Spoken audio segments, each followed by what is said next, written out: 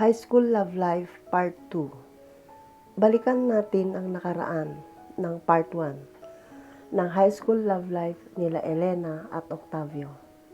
Sa pakiusap ng nanay ni Octavio kay Elena na layuan at makipaghiwalay kay Octavio, ay tuluyan nang nagkahiwalay ang magnobyo. Si Octavio naman ay umalis at sa sulat na lang siya nagpaalam sa kanyang ina. Si Elena naman ay naikasal sa nobyo niya sa college. Tara at ating ituloy ang part 2, kung may pag-iibigan pa ba sa pagitan ni na Elena at Octavio. Napadpad si Octavio sa Laguna at doon nakipagsapalaran maghanap ng trabaho. At naging maganda naman ang pagkakataon sa kanya dahil natanggap siya sa isang factory bilang isang security guard. Bilang isang security guard ay kilala na siya ng buong kumpanya dahil magiliw ito sa mga empleyado at sadyang masipag at ni minsan ay di lumiliban sa duty niya. Pagkalipas ng 5 buwan ay kinausap niya ang boss ng factory. Sir Eman, pwede po bang sa susunod na buwan ay papakiusap ko po sana kung maaari ay sa kadagabi na ang duty ko? Sabi ni Octavio. Bakit? Tanong ng boss niya. Mangyari po kasi sir na balak ko pong ituloy ang pag-aaral ko. 2 taon na lamang po ay matatapos ko na ang kurso ko. Pumayag naman ang boss ni Octavio. Masayang masaya si Octavio dahil sa wakas ay maisa sa katuparan na niyang mag-aral na muli. Octavio, bati ng ilang empleyado habang papasok sila sa gate ng factory. Balita namin, ma-assign ka na sa panggabing duty. Oo, tugon naman ni Octavio. Mag-aaral na kasi ako sa umaga at sa gabi na ako mag-duty. Total, wala naman gaanong trabaho sa gabi. Swerte mo naman, sabi ng mga empleyado. Swerte mo, Octavio, dahil sadyang mabait at makonsiderasyon ang boss ng factory natin. Sa isang banda naman ay umaasa ang inay ni Octavio na balang araw ay babalik din ang kanyang anak. O Diyos ko na mahabagin, dasal niya, sana patnubayan mo po ang aking anak. Pagkalipas ng 1 taon, ay nagpadala ng sulat si Octavio sa kanyang ina. Dear Inay, kumusta ka na po? Patawarin niyo ako at ako ay umalis na di ko kayo kinausap ng personal. Huwag po kayo mag-alala dahil nasa maayos akong kalagayan. Nagtatrabaho at sabay nag-aaral ako. Alam kong di kayo pababayaan ng mga kapatid ko. Hanggang dito na lang muna Inay, mag-iingat po kayo. Nagmamahal, Octavio. Umaagos ang luha ng nanay niya habang may ngiti sa kanyang labi. Salamat Diyos ko at nasa maayos na kalagayan ang aking anak, dasal niya. Gustuhin man niyang sulatan si Octavio, ngunit wala naman return address sa sulat. Sa panahong iyon kasi ay di pa uso ang social media, kaya wala pa voice call at messenger at text. Naging panatag din sa wakas ang ina ni Octavio sa sulat na yon. Maging ang mga kapatid ni Octavio ay masayang masaya din sa kalagayan niya. Pagkalipas ng mahigit 1 taon, ay tuluyan nang nakagraduate at naging ganap ng isang accountant si Octavio. Congratulations Octavio, saad ng boss Emma niya, sabay lahad sa palad para batiin si Octavio. Maraming salamat sir, sabi ng Octavio. Ngayon, naganap ka ng accountant, sabi ng boss niya, ay iniimbitahan kitang maging accountant sa aking kumpanya. Bukas ang kumpanya para sa iyo. Tuwang-tuwa si Octavio. Totoo ba yan, sir, na pwede akong mag-apply bilang accountant ng kumpanya niyo? Oo naman, Octavio. Welcome to the team. Thank you, sir, sa oportunidad, tugon ni Octavio.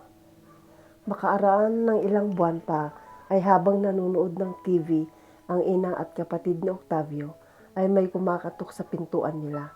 Sino yan? Tanong ng kuya niya. Walang tumugon.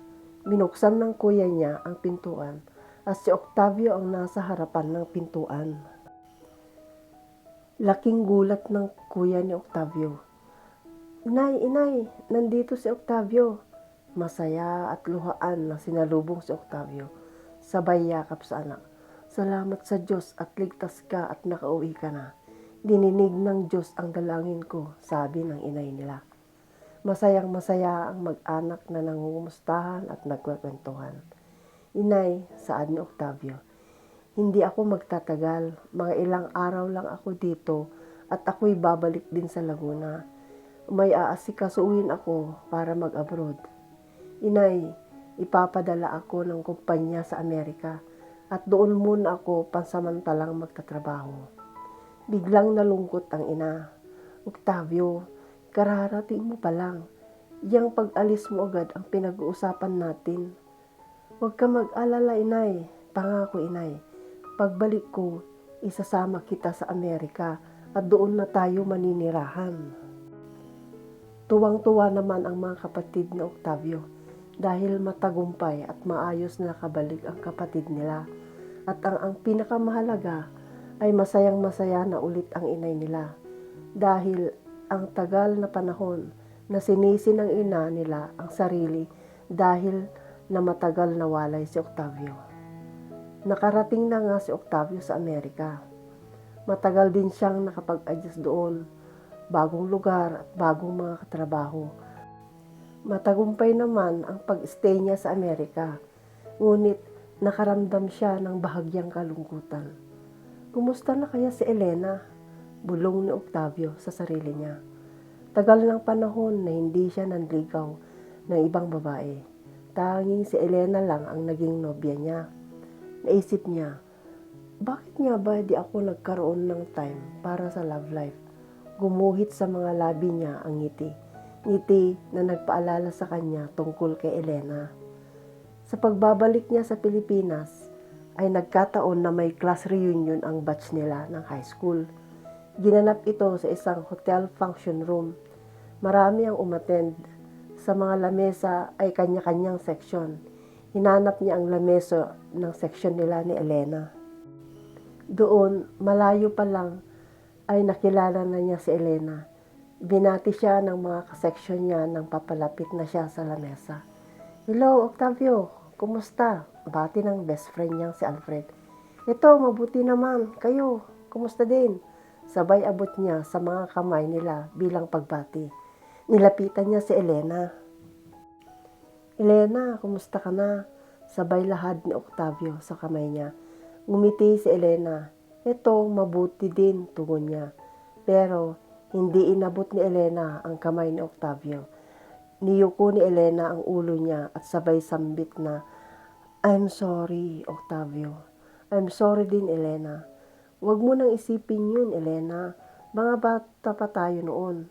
Sadyang di lang tayo siguro para sa isa't isa, tugon ni Octavio. Salamat, sabi ni Elena. Salamat at napatawad mo ako, tugon din ni Octavio. Salamat din at napatawad mo ang inay ko sa pag-utos niyang hiwalayan ako. Di mo ba kasama ang mister mo, Elena? Hindi, Octavio. May ilang taon nang namatay ang asawa ko, sabi ni Elena. Oh, I'm sorry. I'm sorry, Elena. Hindi ko alam. Condolence, Elena. Tumango si Elena bilang tugon. Naikwento ni Elena na matagal nang naratay sa sakit ang asawa niya. Napag-alaman niyang nag-resign siya sa dating work ni Elena dahil siya ang mismong nag-alaga sa asawa niya. Ngayon ay may munting negosyo si Elena na sari-sari store at doon nagmumula ang kinabubuhay niya kasama ang 10 taong gulang na anak nila ng namayapang asawa ni Elena. Bago natapos ang reunion ay inabutan ni Octavio si Elena ng tseke na nagkakahalaga ng 200,000 pesos bilang dagdag sa negosyo ni Elena. Huwag, Octavio, di ko matatanggap ang tulong mo, sabi ni Elena. Tanggapin mo ito, Elena, sabay lagay ni Octavio ang tseke sa kamay ni Elena.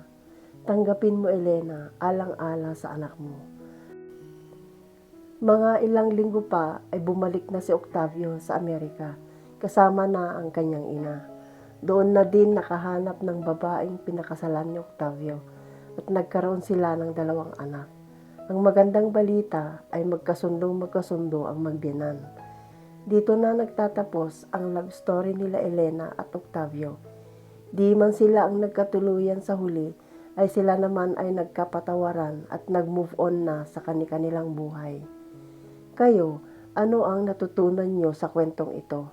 Isulat sa comments sa ibaba ang natutunan nyong aral sa kwentong ito. Maraming salamat at hanggang sa muli.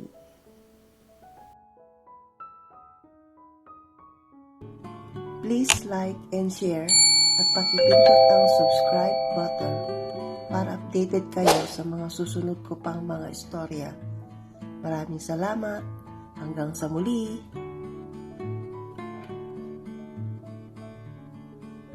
It's another day. Manood ka kay Maria Andre. Tara pumunta na sa norte. Baguio City ang lugar, feeling happy all day.